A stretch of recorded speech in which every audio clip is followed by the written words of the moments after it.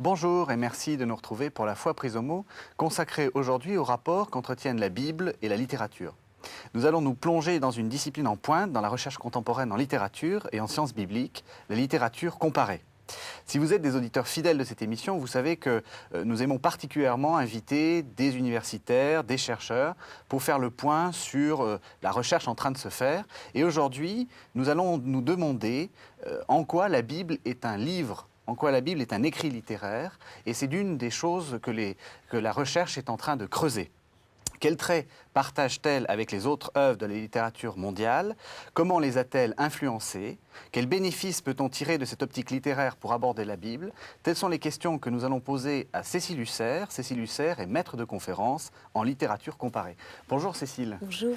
Alors ma première question, évidemment, c'est de vous poser la question de savoir, c'est quoi la littérature comparée? Alors écoutez, la littérature comparée, c'est une approche comparative de la littérature. Je pense que je ne surprendrai personne en commençant par cela. C'est donc une approche thématique des œuvres littéraires. Je vais prendre un exemple concret. Vous aimez la mythologie, vous vous intéressez au mythe d'Électre et vous allez aborder la littérature non pas à travers un auteur, mais à travers ce mythe d'Électre qui vous conduira à rencontrer différents auteurs, différents siècles et différents pays. C'est une approche, en quelque sorte, transversale de la littérature thématique. Alors, est-ce qu'on l'enseigne en France? Oui, puisque vous êtes maître de conférence. Voilà, Oui. Vous me posez une question dont vous connaissez la réponse. Oui. Alors, on l'enseigne en France. Un des tout premiers comparatistes fut Frédéric Ozanam, le fondateur des conférences Saint-Vincent-de-Paul. L'un n'empêche pas l'autre, mais elle n'a véritablement pris ce nom de littérature comparée et n'a véritablement connu son essor qu'à partir des années 60-70. Parce qu'Ozanam, il travaille sur quoi? Enfin, pourquoi est-ce qu'on peut l'appeler le fondateur de la littérature comparée? Alors, je crois qu'à l'époque, cela devait s'appeler la chaire de philologie comparée, eh bien, parce qu'il était grand connaisseur de différentes littératures européennes et il les comparait, il essayait de définir des influences, quel mouvement le romantisme français, le romantisme anglais, le romantisme allemand ont-ils influencé le romantisme français qui est venu après et de quelle façon, quel auteur a influencé quel autre auteur, quelle a été la réception de Byron en France, etc. Voilà. Ce genre de questions. C'est ce genre de questions que se pose le comparatiste. Et alors pourquoi? Quel est l'intérêt de ne pas rester sur son domaine XVIIe ou XVIIIe siècle, mais de faire varier un peu tous les regards? Eh bien, je pense que si vous travaillez sur un siècle précis, et plus particulièrement à l'intérieur de ce siècle sur un auteur précis, vous connaîtrez cet auteur mieux que personne, et donc ça c'est indéniable, mais vous vous priverez peut-être de voir que tel thème est repris par cet auteur en fait d'un autre auteur ou qu'il a inspiré tel autre auteur, et donc vous échappera peut-être la dimension de l'histoire des idées et du dialogue entre les auteurs de tout siècle et de tout pays, ce qu'on appelle en jargon théorique l'intertextualité, le fait que les œuvres dialoguent entre elles. En gros, que tout le monde se copie sur l'autre. Non pas se copie, mais pour le dire simplement, tout auteur est avant tout un lecteur. Donc il n'y a pas d'œuvre littéraire ex nihilo nihil fit, et c'est vrai également pour la littérature. Alors, quels sont les domaines de la littérature comparée? Enfin, sur quoi on travaille? Et après, je vais vous poser la question des méthodes, évidemment. D'accord. Alors, il y a différents domaines. Tout d'abord, les études de réception. Comment Goethe a-t-il été reçu en France? Alors, voilà, on s'intéresse à la manière dont les auteurs s'influencent les uns les autres et sur la réception des œuvres. On s'intéresse également aux études de traduction. Parce que, évidemment, quand on travaille sur des œuvres de pays, de sphères différentes, il faut poser ce problème de la traduction. Et le troisième domaine, qui est un des plus vivants à l'heure actuelle, est celui des études de mythes. Je vous ai parlé tout à l'heure du mythe d'Électre, donc je pense qu'à partir de cet exemple, vos téléspectateurs peuvent avoir une idée de ce que sont les études de mythes. C'est-à-dire qu'on prend un mythe et on le suit dans ces différentes réceptions, c'est ça? Voilà. Alors, réception, je préférerais le terme de réécriture. Vous prenez un mythe. Alors, c'est déjà un présupposé théorique de dire qu'on a un seul mythe de départ. Bon, admettons qu'il existe un mythe d'Électre, qu'on puisse considérer comme tel, un mythe grec d'Électre. eh bien, on s'intéressera aux différentes manières, donc, de l'Antiquité à Giraudoux, les auteurs ont réécrit l'histoire, et c'est ainsi que Giraudoux marie Électre avec un pauvre paysan, ce qui n'était pas forcément le cas chez d'autres auteurs, etc. Enfin, et les variations, les infléchissements que subissent les réécritures d'un mythe sont très importantes parce qu'elles sont révélatrices de l'état d'esprit d'une époque. Et du point de vue des histoires des idées, cela nous apprend énormément sur une époque donnée. Alors maintenant, on va en venir à la Bible, puisque c'est le but de cet entretien. Est-ce qu'on a fait de la littérature comparée sur la Bible? Très récemment, bien entendu, pour deux raisons. Notre université est une université laïque, et pendant longtemps, la Bible n'y a pas eu sa place. Et c'est Marguerite Arles qui, sur une chaire de grec tardif, a réussi à introduire la Bible, la Septante en réalité, à l'université. La Bible grecque. Voilà. Et à partir de là, il a été plus facile de travailler sur la Bible, considérée comme texte d'étude. C'était donc difficile à l'université laïque. C'était aussi tout un présupposé exégétique que de dire mais on peut considérer la Bible comme un texte littéraire, et le fait qu'elle soit un texte littéraire n'ôte rien à son caractère confessionnel, religieux, et j'ajouterais bien au contraire. Parce que justement, qu'est-ce que ça apporte d'avoir cette visée littéraire? Quel est le bénéfice? Alors, le bénéfice, il est double. Il s'agit tout d'abord de reconnaître dans la Bible un texte littéraire, et voir les effets dont jouent les rédacteurs de la Bible, la manière dont ils racontent certains épisodes. Cela nous aide bien évidemment à comprendre ce qu'ils ont voulu dire, et donc à expliquer ces textes pour nous de façon intellectuelle et même de façon spirituelle. D'autre part, il est extrêmement instructif de savoir,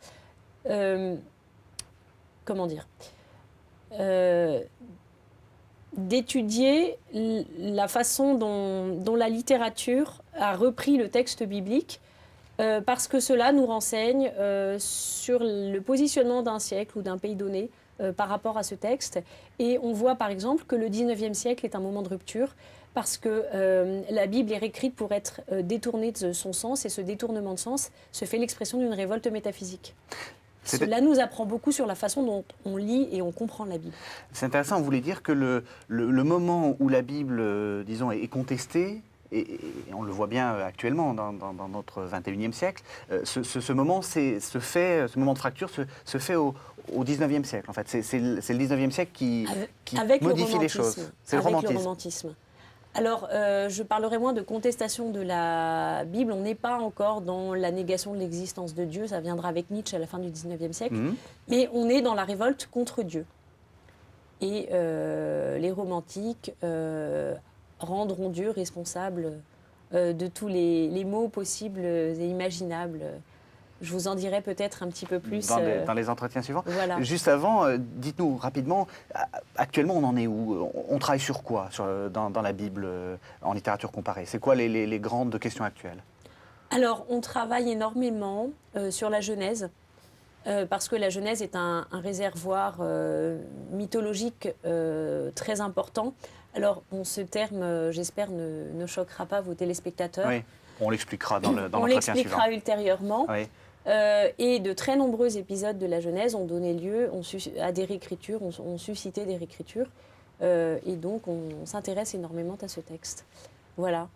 On s'intéresse également à de grandes figures, Salomon, Élie, voilà, de grandes figures qui ont connu une postérité littéraire remarquable, et on les revisite à travers la littérature. Merci Cécile Hussert.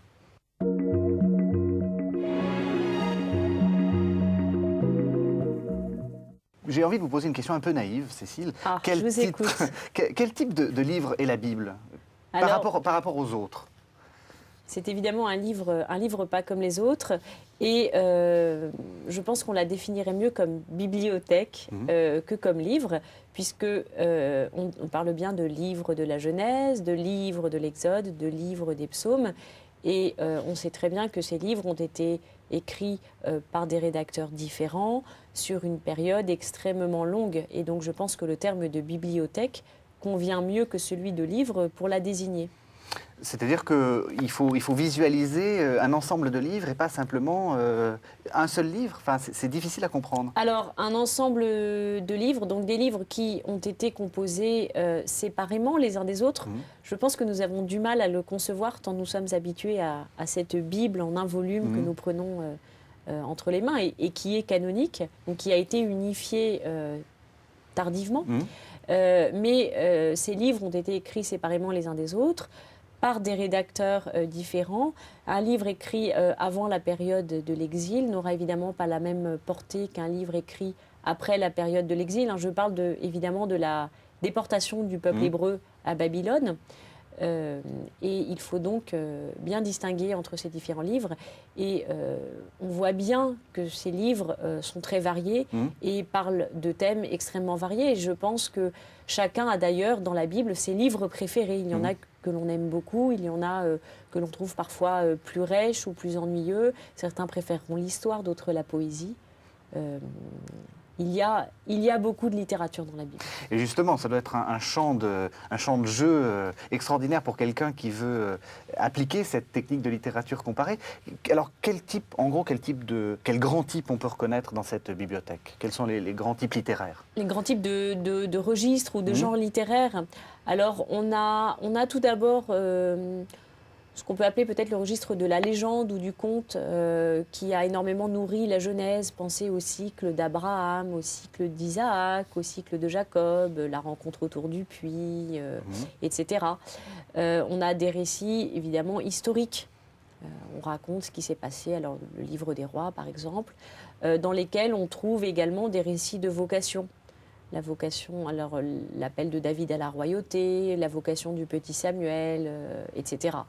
On a évidemment la poésie avec le Cantique des Cantiques, qui est un chant d'amour dont la présence dans la Bible en a interrogé, sinon dérangé plus d'un. On a des livres qui ressemblent beaucoup plus à des textes juridiques, pensez aux Lévitiques, qui ressemblent un petit peu à une succession de préceptes. On a des successions de noms, de dates. On a vraiment une très grande variété. Oui, et ces différents genres ne correspondent pas forcément au livre. Je veux dire par là qu'on peut, dans un livre historique, se retrouver avec un morceau de poésie. Où, bien entendu. Tout n'est pas... Les livres poétiques ne sont pas que de la poésie. Enfin, on peut penser par exemple à l'oraison funèbre du roi Saül prononcée par David. David qui se lamente... à la mort du roi, laisse éclater son chagrin sous la forme d'un chant. Et alors justement, quel rôle a joué, du point de vue littéraire, pas du point de vue ni théologique, ni même de l'histoire, quel rôle a joué cette différence de genre, cette pluralité de genre? Vous me demandez le rôle qu'elle a joué pour la littérature? Pour la littérature, quelle est l'influence que ça a pu avoir? Alors, du point de vue générique, je pense qu'on y reviendra ultérieurement à propos des livres de sagesse. Je pense que l'influence de la Bible sur les genres littéraires ultérieurs a été plus thématique qu'autre chose. Oui. C'est-à-dire que les genres littéraires tels que nous les connaissons, ils sont de façon évidemment très lointaine hérités d'Aristote, bien plus que la Bible. Mais en revanche, il y a une rencontre qui est à mon sens passionnante entre ces genres littéraires que l'on peut rattacher de façon très lointaine à un traité écrit par Aristote qui s'appelle La Poétique et qui a inspiré le fameux art poétique de Boileau, ce qui se conçoit bien, s'énonce clairement et les mots pour le dire viennent aisément, etc. Certains en ont peut-être des souvenirs d'écoliers. Donc, rencontre entre cette théorie des genres et une thématique biblique. Vous voulez dire que, par exemple, le genre romanesque ne se trouve pas dans la Bible? C'est-à-dire que ce n'est pas la Bible qui a créé ce genre romanesque? C'est pas Aristote non plus, on a dans la Bible ni pièce de théâtre, ni roman, mais on peut considérer peut-être de certaines scènes qu'elles ont un caractère un petit peu théâtral, ou plutôt tragique, ou plutôt comique. mais les genres littéraires tels que nous les connaissons aujourd'hui ne viennent pas de la Bible. Et les genres ou les registres littéraires bibliques viennent du Proche-Orient et donc nous rapprochent bien plus des littératures voisines que de la littérature grecque ou de la littérature latine. Pourtant, le poète anglais William Blake disait « La Bible est le code de l'art ». Donc, oui, en gros, oui. vous lisez la Bible et vous savez comment écrire. Voilà, donc à la fin du XVIIIe siècle, William Blake s'est exclamé « La Bible est le code de l'art ».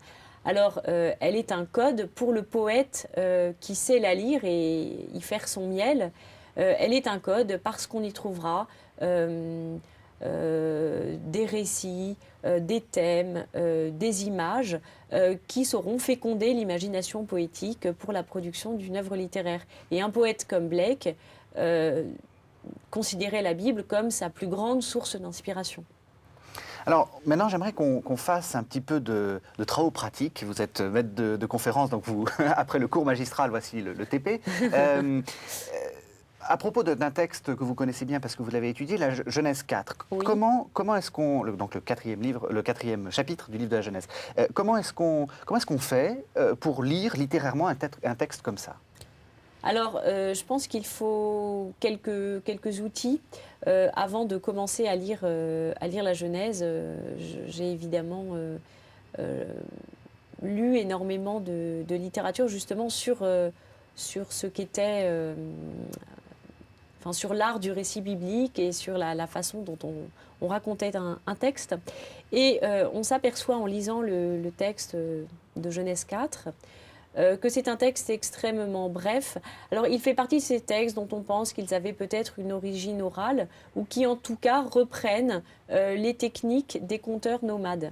Rappelez-nous ce qui se passe dans Genèse 4. Alors, si je dis Caïn et Abel, je pense que les téléspectateurs nous comprendront bien mieux. Voilà. Le chapitre 4 de la Genèse, c'est ce chapitre qui raconte l'histoire du sacrifice, la jalousie de Caïn, le meurtre d'Abel par Caïn et l'exil de Caïn.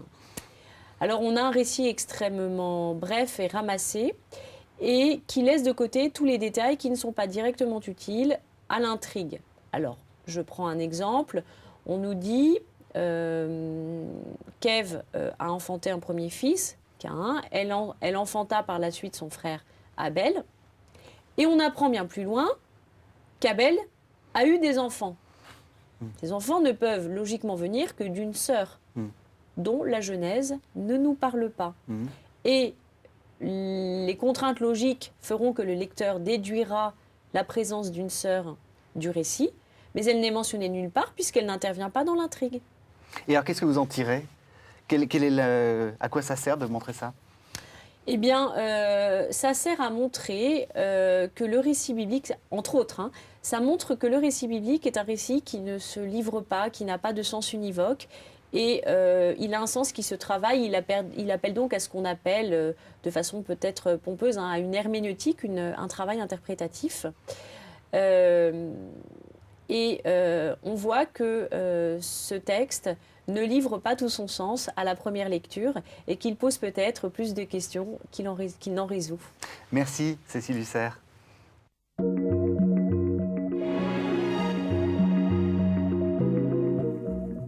Dans l'entretien précédent, on avait commencé à ébaucher cette lecture de Genèse 4, du quatrième livre de la Genèse, sur le passage de Caïn et Abel, des frères ennemis. Alors j'ai une question, là encore, assez naïve, c'est comment est-ce qu'on en est arrivé là ? Pourquoi est-ce que...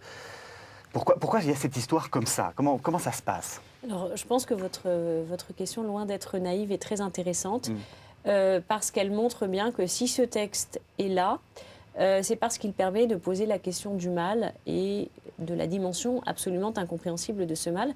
Il faut bien voir que Caïn et Abel sont la première génération née sur Terre. Première génération sur Terre, fratricide. Ça commence très mal. Oui, plutôt. Ça commence très mal. Oui. Et on peut donc se demander effectivement ce qui s'est passé pour que nous en arrivions là. Enfin, pour que l'homme en arrive là, c'est-à-dire nous avec, malgré tout. Eh bien, le texte ne répond pas à cette question. Je suis désolée de vous décevoir. Il laisse, j'en avais un petit peu parlé la dernière fois que nous nous sommes vus, il laisse dans l'ombre un certain nombre de questions Et la plus importante de ces questions est la suivante. Pourquoi Dieu refuse-t-il le sacrifice de Caïn ? Certains se souviennent peut-être qu'il agrée le sacrifice d'Abel, mais qu'il n'agrée pas le sacrifice de Caïn. Alors Caïn est très jaloux, il est abattu, et Dieu lui commande de dominer sa jalousie. Et cette jalousie, comparée à une bête tapie, qui rappelle donc le serpent de la Genèse, la jalousie prend le dessus sur Caïn, et dans un accès de colère, Caïn tue son frère. Voilà. Et c'est à partir de cet acte qui n'est pas explicable parce que l'attitude de Dieu elle-même n'est pas expliquée, le mystère divin est conservé. Donc c'est à partir de cette intrigue qu'est posée la question du mal. J'ai pourtant envie de vous dire, c'est aussi de la faute de l'homme, enfin des parents, puisqu'ils ont quand même désobéi à Dieu. Donc c'est le salaire du péché, d'une certaine façon. C'est le salaire du péché. Alors, ce que vous dites est intéressant parce que il a été dit que la mort entrerait dans le monde parce qu'Adam et Ève avaient désobéi à Dieu, mais ce n'est pas Dieu qui fait mourir l'homme. C'est l'homme qui, pour son malheur, se charge de réaliser la prédiction divine. Et Caïn et Abel vont au-devant de la mort annoncée par Dieu. Donc, quand vous connaissez la durée de vie de Noé, vous vous dites qu'Abel est mort bien jeune par rapport au patriarche biblique. Alors justement, maintenant qu'on a un peu débroussaillé d'une certaine façon le mythe, parlons un peu de sa postérité. Voyons un peu comment la littérature comparée apporte une certaine plus-value dans les études bibliques. Comment les poètes, comment les écrivains ont lu ce mythe ? En quoi ça les a inspirés ? Alors, ce qui est très intéressant, c'est tout d'abord de voir qu'il y a une interprétation institutionnelle qui a prévalu et qui a énormément influencé la littérature. C'est la lecture par saint Augustin de l'histoire de Caïn et Abel dans la Cité de Dieu. Et il fait de Caïn et d'Abel les emblèmes respectivement du mal et du bien. Et le texte de la Genèse n'est pas aussi radical. Et donc on va avoir par la suite des représentations extrêmement contrastées des deux frères, le blanc et le noir. On commence avec les mystères médiévaux. Alors, juste avant, pourquoi est-ce qu'il a fait cette interprétation ? Parce que comme vous dites, la Bible est beaucoup plus... bon, c'est vrai, Abel est plutôt une victime, mais enfin, ça ne le pose pas en figure du bien. Il y a des gens pas bien qui se font tuer aussi. Alors, saint Augustin, lorsqu'il écrit La Cité de Dieu, souhaite montrer que la terre est un lieu de passage pour l'homme qui est homme de Dieu et que seuls les impies s'attachent aux biens terrestres et sont de ce monde. C'est la thématique d'être dans le monde sans être du monde. D'accord. Et Abel, étant mort très jeune, est pour saint Augustin l'emblème de ce pèlerin qui sait qu'il n'est que de passage sur terre et dont la vraie cité est la cité céleste. La cité terrestre, c'est la cité de Caïn. La cité terrestre, c'est la cité d'Abel. C'est un petit peu plus compliqué que ça. Je schématise Augustin lui-même, en m'en excusant. Oui. Donc, on a cette opposition très claire entre le gentil Abel et le méchant Caïn, qu'on retrouve justement dans ce théâtre moyenâgeux, médiéval, des mystères. Voilà, les mystères médiévaux qui sont une sorte de catéchisme sur tréteau. Il faut se souvenir que la plupart des gens étaient évidemment illettrés à l'époque, que la langue écrite était le latin, et c'est en langue vernaculaire, c'est-à-dire donc en français de l'époque, qui est pour nous l'ancien français, que des scènes de la Bible étaient jouées, représentées, pour l'édification du peuple. Mais pour maintenir l'attention du public, il faut évidemment être un petit peu fin et user certains trucs, si vous me permettez ce terme. Et on va voir dans cette représentation que la noirceur de Caïn, la blancheur d'Abel sont maintenues, mais Caïn est un personnage grossier, vulgaire, scatologique, qui fait des blagues un petit peu sulfureuses, mais l'édification du public est la visée de ces représentations. Donc Saint-Augustin durcit l'opposition, le théâtre médiéval durcit Saint-Augustin. Enfin, il reprend cette utilisation à son compte pour une fin officiellement catéchétique, mais Saint-Augustin lui offre en fait des types. Il y a des types dans la comédie, il y a des types au théâtre, et c'est très intéressant de les mettre sur scène. Alors ensuite, comment est-ce qu'on le lit, ce mythe ? Alors ensuite, avec la Renaissance viennent les guerres de religion, Et le fait que Caïn soit à la fois le meurtrier de son frère et le père de la civilisation, je n'ai pas pris le temps d'en parler tout à l'heure, mais Caïn est le bâtisseur de la première ville. Et ses fils ont inventé la musique et tous les arts. Donc il est le père de la civilisation après avoir été meurtrier. Et ce lien entre la mort et la civilisation, il est d'actualité au moment des guerres de religion. Agrippa d'Aubigné écrira sur Caïn. Caïn, c'est le catholique. Oui. Oui, et Agrippa d'Aubigné, c'est le protestant. C'est donc voilà, un poète évidemment, protestant du XVIe siècle. Du XVIe siècle, tout à fait. Je revois mes classiques. Qui a écrit une œuvre épique intitulée Les Tragiques, qui comporte un livre intitulé Vengeance, dans lequel il nous dresse un portrait de Caïn qui fait peur. Shakespeare également s'intéresse dans tous ces drames historiques. La figure de Caïn passe dans les drames historiques de Shakespeare qui s'interrogent sur le lien entre le pouvoir politique et le mal. Machiavel n'est pas très loin de tout cela. Et d'autres, comme Dubartas, qui est un autre poète protestant français du XVIe siècle, ne peuvent s'empêcher d'être en admiration devant l'ingéniosité de Caïn, ce père de la civilisation. Alors on l'imagine domestiquant les animaux, établissant la civilisation dans le monde, sans oublier qu'il est pourtant un criminel. Et sans résoudre cette ambiguïté, il l'expose de façon poétique.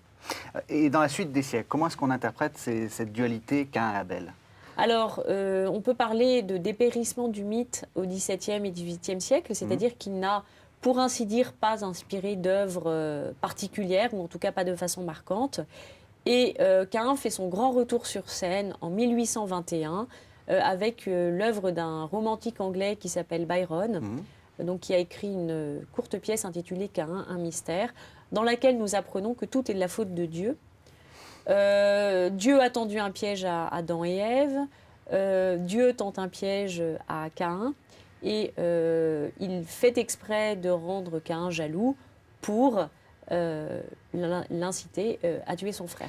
Oui, c'est ce que vous disiez dans un entretien précédent, le 19e siècle est le siècle où on change l'interprétation traditionnelle. Voilà, et le Caïn de Byron, il incarne le personnage du révolté. Oui. Alors, ce qui est intéressant, c'est que si on lit cette œuvre un peu plus avant, on s'aperçoit que c'est bien plus la façon dont Caïn perçoit Dieu que ce qu'est Dieu lui-même qui va l'entraîner sur la pente du crime et du fratricide. Donc, tout est en nuance, une fois de plus. Merci, Cécile Husser.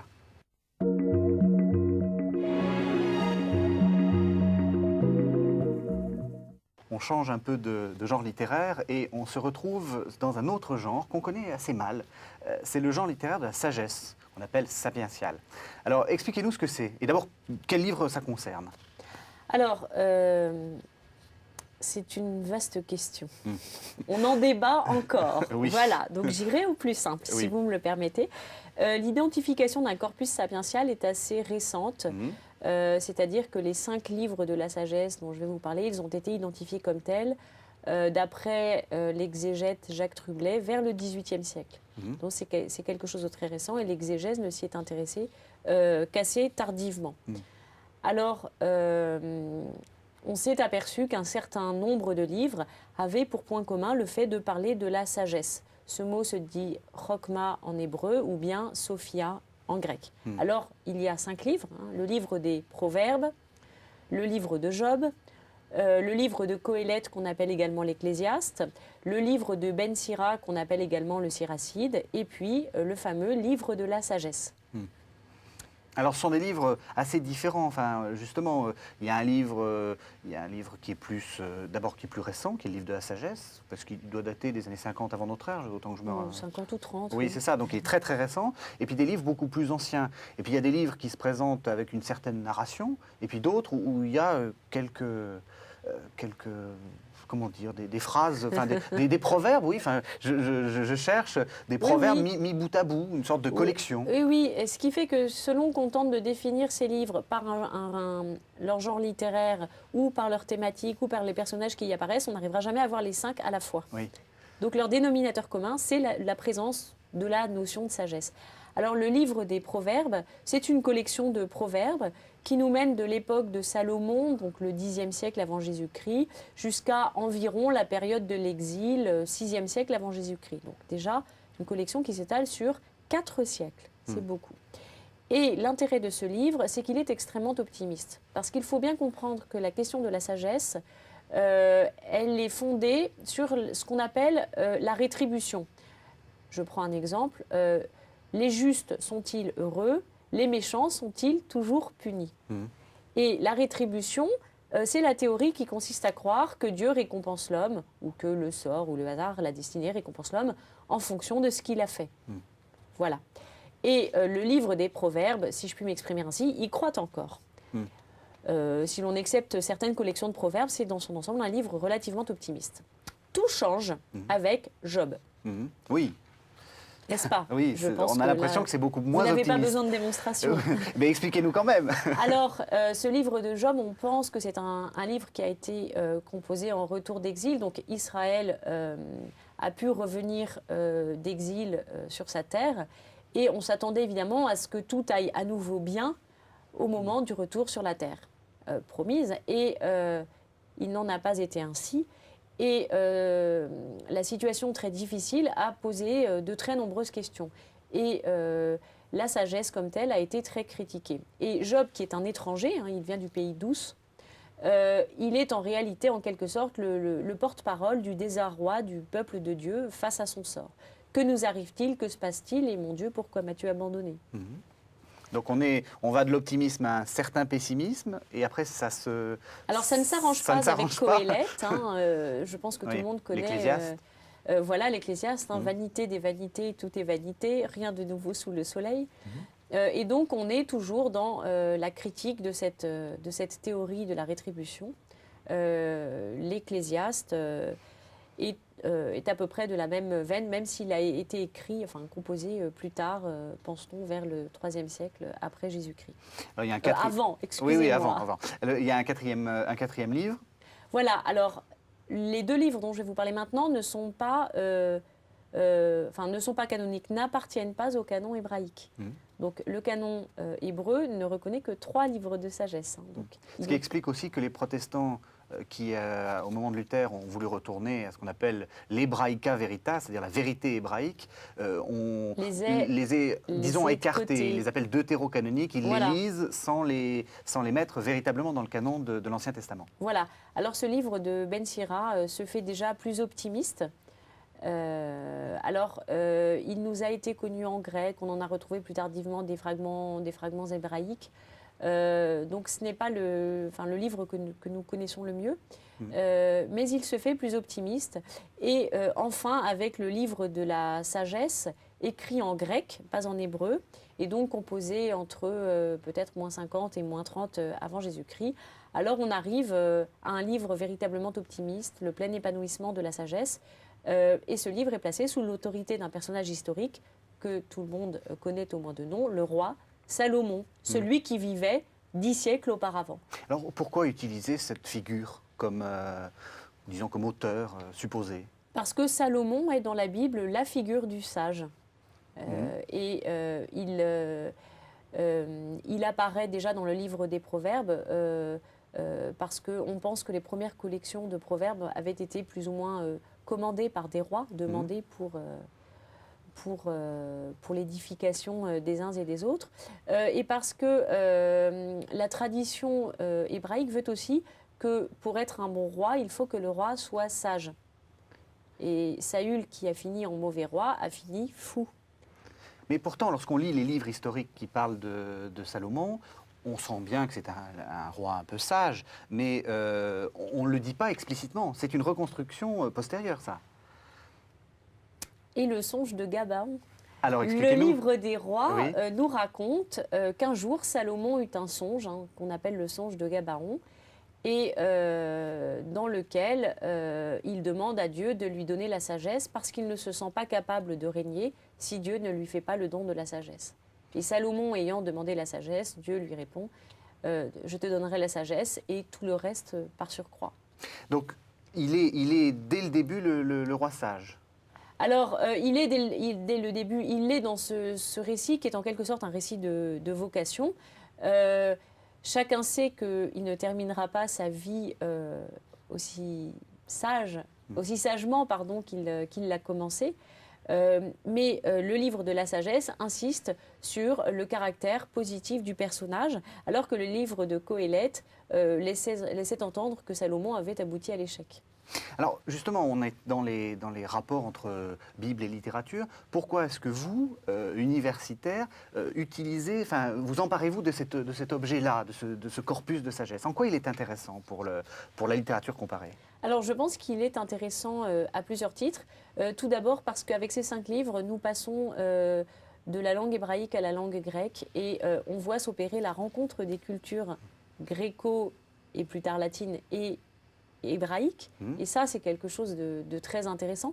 Alors concrètement, oui, comment vous le sentez? Qu'est-ce que vous sentez par quels traits vous voyez cette rencontre? On le sent en fait à partir du IIIe siècle avant Jésus-Christ, donc ce qu'on appelle la période hellénistique, hein, après la mort d'Alexandre le Grand. Oui. Le grec est devenu la langue internationale, l'empire d'Alexandre le Grand est divisé en différents royaumes, et donc la culture grecque domine. Et il y a donc une rencontre entre les différentes cultures, ce qui explique la Septante, hein, dont nous avons parlé il y a quelque temps, qui est la Bible traduite en grec. Donc ça vous intéresse parce qu'il y a un choc des cultures d'une certaine façon? Une rencontre. Un choc des civilisations, c'est l'expression à la mode. Et pourquoi ça vous intéresse autrement? Parce que les livres de sagesse sont un réservoir de genres et de registres littéraires extrêmement intéressants. Et nous verrons bientôt que ces livres de sagesse ont influencé un nombre immense d'œuvres littéraires de tous les siècles et de tous les pays. Merci Cécile Husser.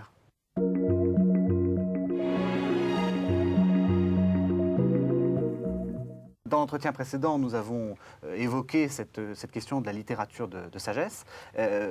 Vous avez dit que ce qui était intéressant, c'était sa postérité. Et donc là, nous allons voir comment les différents auteurs au cours des siècles se sont servis de cette figure. Alors, on ne va pas commencer avec Hérode. On va commencer au XVIIe siècle, ce qui nous permettra d'aller jusqu'au XXe siècle, de rentrer dans la littérature contemporaine. Alors, au XVIIe siècle, la figure de la sagesse est très importante. Enfin, la littérature de sagesse est très importante. Alors, elle est importante, mais elle ne se donne... elle ne porte pas ce nom. Je ne pense pas que personne dans un Lagarde et Michard du XVIIe siècle n'ait jamais appris sa leçon sur la littérature de sagesse au XVIIe siècle. Cela n'existe pas. Alors, en réalité, il y a 2 utilisations des livres de sagesse au XVIIe siècle. Une utilisation religieuse et une utilisation... religieuse, confessionnelle, et une utilisation non confessionnelle. Donc je commence par Bossuet et ses célèbres oraisons funèbres. Et Bossuet place ses oraisons funèbres ainsi que ses sermons sous l'autorité de la sagesse et des livres de sagesse. Je ne viendrai peut-être pas au détail, mais souvenez-vous de l'oraison funèbre d'Henriette d'Angleterre. Vous savez, le fameux Madame se meurt, Madame est morte. Cette oraison funèbre, elle est placée sous l'exergue vanité des vanités, tout est vanité, cité en latin évidemment par Bossuet. Et cet exergue, Bossuet va l'expliciter au début de l'oraison funèbre en disant que la réalité, que ce proverbe, cette sentence est encore bien en deçà de la réalité. Parce que la mort subite d'une princesse jeune, belle, aimable, nous montre bien que décidément tout est vanité, même ce que l'on croyait supérieur au reste. Et donc que la Bible avait raison. Et plus que raison. Oui, c'est ça qui... Elle avait presque tort de ne pas affirmer la vérité avec plus d'éclat. C'est ça, tout le jeu de Bossuet, c'est d'aller plus loin que la Bible. C'est de dire, on est face à un exemple. On est dans la surenchère avec Bossuet. Souvent d'ailleurs, y compris dans la surenchère stylistique. Alors, ça c'est l'utilisation, on va dire, religieuse. Et vous avez mentionné une autre utilisation. Alors oui, je pense que beaucoup de nos téléspectateurs ont entendu parler des fameux moralistes. C'est un terme plus connu à propos du XVIIe siècle. Et on peut citer pêle-mêle La Fontaine avec ses fables, La Rochefoucauld avec ses maximes, et pourquoi pas La Bruyère avec ses fameux caractères. Alors on parle en général de moralistes parce que ces auteurs nous proposeraient une sorte de morale. Alors, il me semble que ces 3 auteurs sont inspirés par les livres de sagesse pour 2 raisons. D'une part, du point de vue de la forme, les maximes de La Rochefoucauld ressemblent à s'y méprendre pour la forme aux proverbes. La Rochefoucauld s'exprime par des phrases extrêmement concises et ces maximes font 2-3 phrases tout au plus et donc pas plus de lignes. Avec La Fontaine, le parallélisme est encore plus avancé. On a une ressemblance de forme entre la conclusion des fables, rien ne sert de courir, il faut partir à point, etc. Mais également avec le type de morale que nous dispense La Fontaine. La morale de La Fontaine, c'est une morale très pragmatique. On ne peut pas dire que la fable du loup et de l'agneau soit particulièrement morale. La raison du plus fort est toujours la meilleure. Oui. Et c'est une des raisons pour lesquelles Rousseau ne recommandait pas la lecture de La Fontaine pour l'éducation des enfants. Oui. Donc c'est des morales immorales d'une certaine façon. C'est une forme de sagesse pragmatique qu'on trouve justement dans la... qu'on trouve chez La Fontaine et qui fait écho à cette sagesse biblique qui nous dit qu'un bon ami est un bien extrêmement précieux, qu'une bonne épouse est une bénédiction, mais que si l'épouse est une mauvaise épouse, c'est évidemment une malédiction et qu'elle apportera le malheur sur la maison, etc. Donc, et la sagesse biblique, c'est une sagesse qu'on a qualifiée parfois à propos des proverbes de paysannes, parce qu'elle est très proche de la réalité et les métaphores qui la parcourent le montrent. On parle du blé, on parle du vin, on parle de l'huile. Oui, je suis tout à fait d'accord avec vous, parce que souvent on fait le parallèle avec Ésope en disant le moraliste grec, La Fontaine s'est inspiré d'Ésope. Alors c'est vrai peut-être dans la forme, mais les morales d'Ésope, c'est des morales morales justement. Alors que là, on est dans cette morale pragmatique qui vient plutôt... du bon sens. Voilà, qui vient plutôt du bon sens. Alors pour prendre un exemple, la fable du corbeau et du renard telle que l'écrit Ésope se termine par cette conclusion. Cette fable s'applique aux imbéciles. Donc on a une sorte de jugement qui n'est pas du tout une conclusion sous forme de maxime ou de proverbe. Et ce type de conclusion, La Fontaine va les rendre célèbres au point que certains ne connaissent qu'elle de ces fables. Et elles sont aussi efficaces que les proverbes, par exemple. Alors on va faire un saut jusqu'au 19e siècle, parce que, comme vous l'avez dit souvent, le 18e siècle ne s'intéresse pas beaucoup à la Bible, ou ne la lit pas vraiment.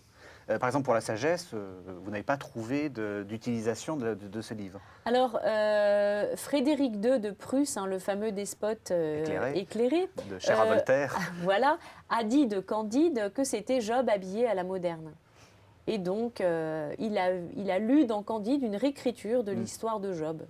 Soit d'autres y ont vu une parodie des romans grecs de l'Antiquité, ce qui est tout à fait juste également. Bon, mais l'utilisation la plus importante, c'est plutôt au 19e, 20e siècle. Voilà, parce qu'à partir du 19e siècle, je vous ai parlé du thème de la révolte, on est évidemment dans la critique de la sagesse. Alors, il y a plusieurs façons de critiquer la sagesse. Tout d'abord, et ça c'est quelque chose d'ancien, on fait l'éloge de la folie. Et là, on part d'Érasme avec la nef des fous et on arrive jusqu'au bateau ivre de Rimbaud, si ce n'est pas plus loin. Donc ça, c'est un thème, cet éloge de la folie, fondé sur, évidemment, sur la réflexion paulinienne, sur les rapports entre sagesse et folie. C'est vraiment un thème qui parcourt le temps. En revanche, le 19e siècle, lui proposera une critique de la sagesse, une sorte de contre-sagesse ou d'anti-sagesse. Et ce que critique le 19e, ce n'est pas la sagesse telle que j'ai tenté de la définir, c'est la conception qu'il se fait de la sagesse. Une sagesse qui consisterait à courber l'échine devant un Dieu violent, tyrannique, etc. Et c'est contre cette sagesse-là, qui n'est en réalité pas la sagesse biblique, que se révolte un certain 19e siècle.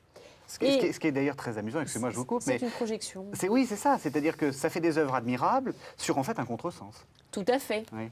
Mais ça, de grandes réécritures sont le fruit de magnifiques contresens. Oui, on ne fait pas de la bonne littérature. Mais on s'en apercevra en lisant ces œuvres et en les confrontant avec la Bible. C'est tout à fait intéressant. Et donc, comment est-ce qu'on utilise ce thème de la critique de la sagesse? Alors, on va le critiquer en utilisant le personnage qui est censé incarner la sagesse, Salomon. Et Salomon devient un personnage ridicule. face à son homologue païenne, la fameuse reine de Saba. Et cette reine de Saba va être parée de toutes les qualités possibles et imaginables, et c'est elle qui détiendra la sagesse véritable. Alors on le voit dans un conte de Charles Nodier qui s'appelle La fée aux miettes, cette fée étant une sorte de réincarnation de la reine de Saba. On le voit surtout dans un conte de Nerval. Nerval a écrit une œuvre très vaste qui s'appelle Le Voyage en Orient, qui est le fruit d'un voyage que Nerval a fait dans les pays du Proche-Orient. Et il y rapporte un conte, l'histoire de la Reine du Matin et de Soliman, dans lequel eh bien, est réécrite l'arrivée de la reine de Saba chez Soliman. Et on voit que cette reine est plus intelligente que Soliman, détient la vraie sagesse, et que Soliman est en réalité un despote, l'incarnation humaine du dieu tyrannique. Alors, on va passer au XXe siècle et très rapidement, parce que c'est passionnant ce que vous racontez, mais malheureusement, on a peu de temps. Comment on utilise cette littérature de sagesse Alors, au le XXe XXe siècle serait plutôt le siècle du renoncement à la sagesse. Job revient en littérature à la fin de la Deuxième Guerre mondiale, au moment de la découverte des camps de concentration. Paul Claudel comparera Job au Christ, et Élie Wiesel, dans Célébration biblique, s'attardera sur cette figure de Job, prisonnier des camps de concentration, et qui est donc l'incarnation du malheur humain que les hommes ont découvert en 1945. Merci Cécile Hussert. Alors je rappelle que vous êtes l'auteur d'un livre de littérature comparée paru aux éditions du Cerf qui a pour titre L'ange et la bête, Caïn et Abel dans la littérature. Merci Cécile Hussert.